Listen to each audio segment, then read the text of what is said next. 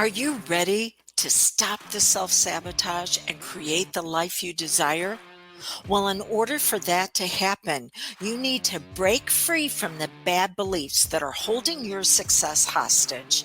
You need to optimize the stress by turning it into extra energy for success. And those hurtful habits? Well, we need to give that pain a purpose for progress.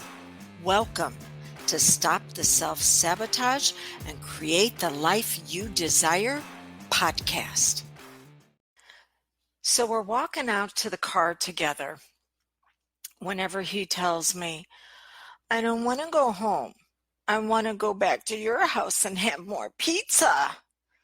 What had happened was my grandson had spent the night.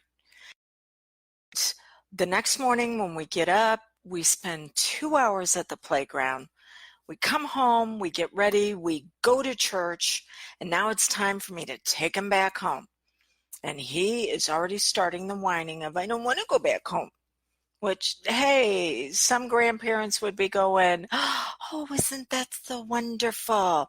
And then there are others are going, And this is what I'm one of the ones going, because I heard myself say out loud, you are tired, you are getting crabby, you're going home. And then I realized that the advice I was giving him wasn't for him.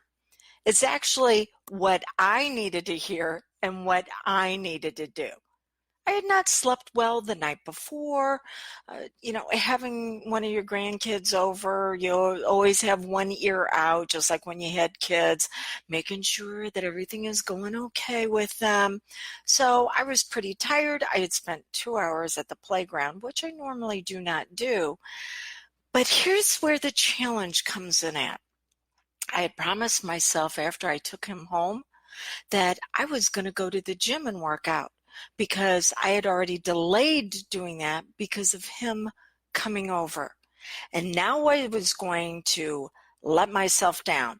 I was already regretting my decision that I needed to go home and get some rest. And that's important, because anytime you make a decision on something, you're going to go into that fear of missing out and the what ifs. So some people would have said, well, just suck it up and go to the gym. And I'm going to say, no, you don't understand what you need to have in place. If you're finding there are way too many areas where you're having to suck it up and get through it, and there's way too many areas where you've made yourself promises and you've not followed through with them, what you're experiencing is that you do not understand the difference between sacrifice and obedience. And that's what I want to share with you today. So that 3 weeks from now, you're living more of the life that you're designing instead of always having to push yourself through or quitting too soon. So, sacrifice and obedience. Drew and I did an unofficial study, question really, with people in our world that we were working with. And we said, out of these two words, which one would you rather do? Less than 5% picked obedience. 95% of people picked sacrifice. Sacrifice sounded easier, more attainable, sexier than obedience. Do what I say, right? Okay.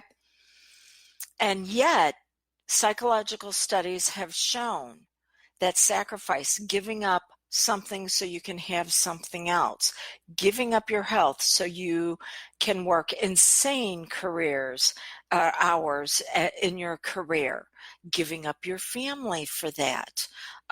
Sacrifice means to let go of one thing so you can have another thing. And psychological studies prove that in the long run, it doesn't improve the quality of our life. Obedience, on the other hand, where you're following through with what is asked of you.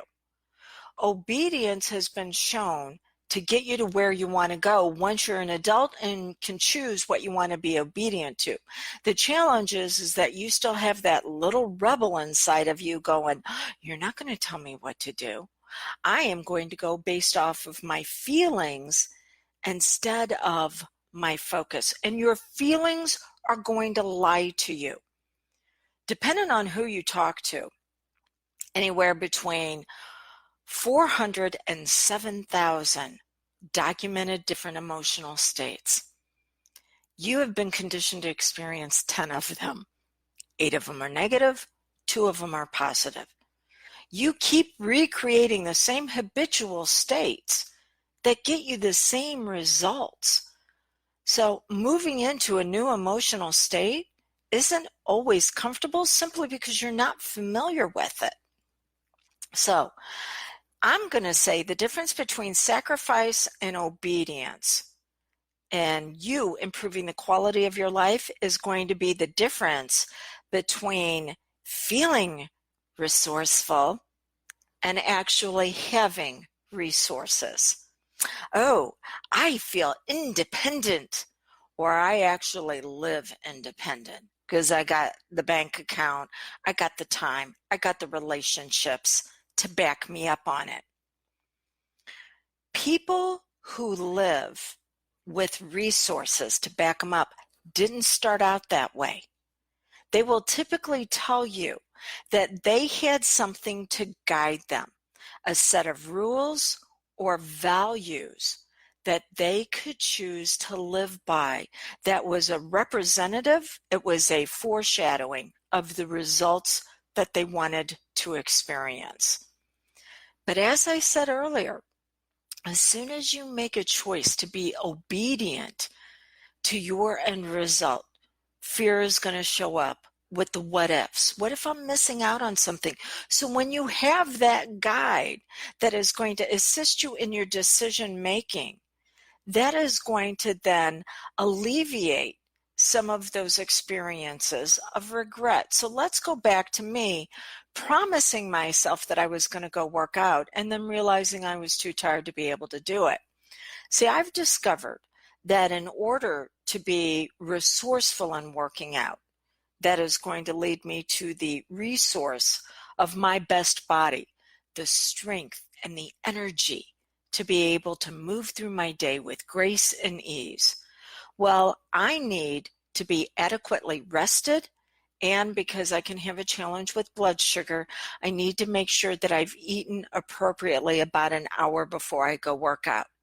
If I am missing any one of those two things, I can push myself through the workout, but it is going to be of poor quality, which means the results are going to be poor quality. So I need to know what my end result is going to be, and then the guides or the milestones that are going to point me in that right direction. So even though I promised myself that I needed to work out, I knew that I wasn't in a resourceful state and that I needed to get those resources before I was going to be able to move into quality. Now, let's look at you.